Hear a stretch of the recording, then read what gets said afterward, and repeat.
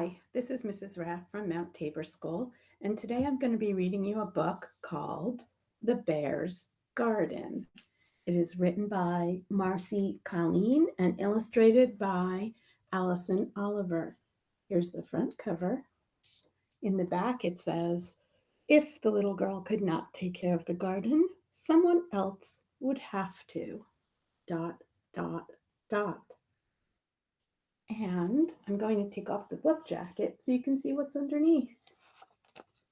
The front looks pretty much the same, with flowers blooming, however. And if you turn it around, more flowers blooming. Beautiful. Let's look at the end pages. The end pages give a clue to where the book takes place. We are talking about Brooklyn, New York. Okay. The Bear's Garden.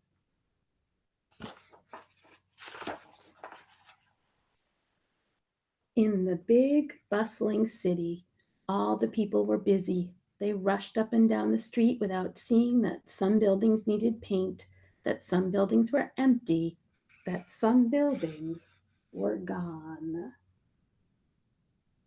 Oh, and do you see that little ping there? That's where the main character lives. But in one girl's imagination, the city was a place to grow, a place to play, a place to love. She could always find beauty around her.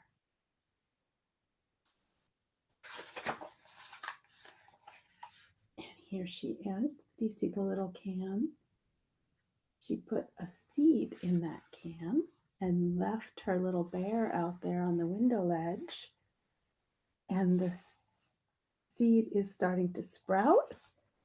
And there's a bird outside the window, too. One night, the girl's imagination spilled over onto the sidewalk, rolled across the street, and sprouted. You see what happened? There's her little seedling.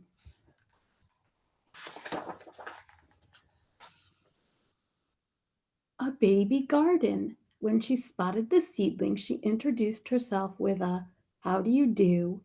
and a garden party. Yes.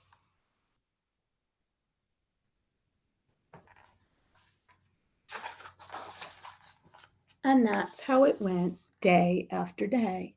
No matter how fierce the sun or how swift the wind, the little girl watched over the seedling.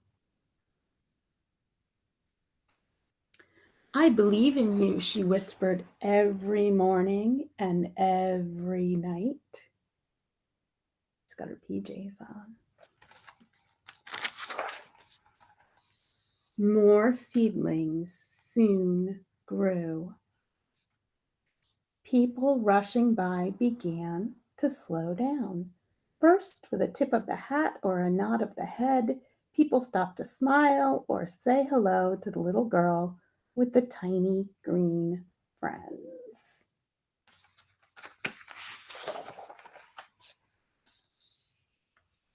There came a time when the girl had to leave for a while. Without her care and without her love, she knew the plants would wither.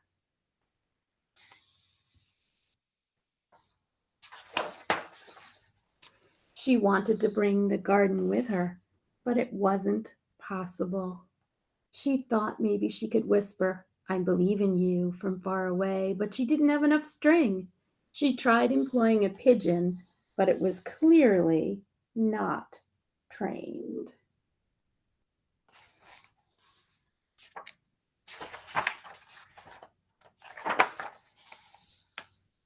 If the little girl could not take care of the garden, someone else would have to.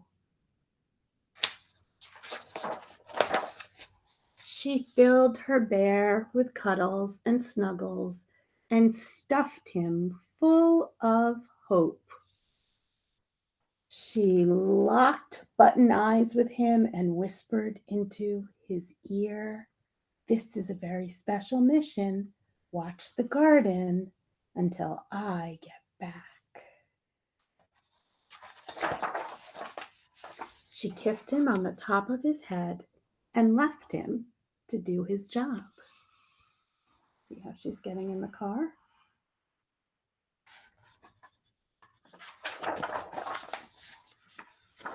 From miles away, the girl imagined the garden was blooming. She imagined it could be a place to grow.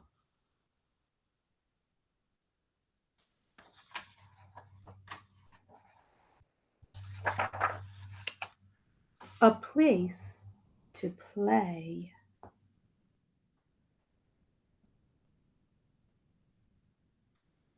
A place to play. A place to love. And it was.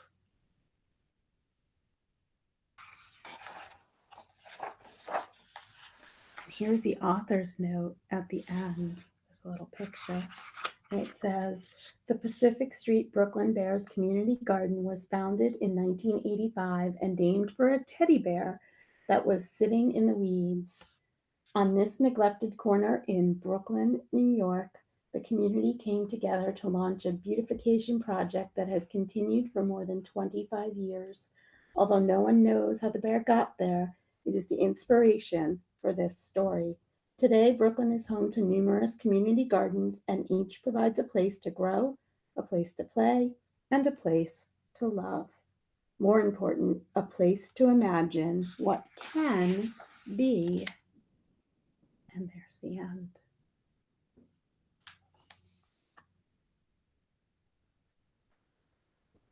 I hope you enjoyed that story and it makes you think about having a garden either in your yard, in your house, as in an herb garden, or maybe as part of a community garden. Think about it.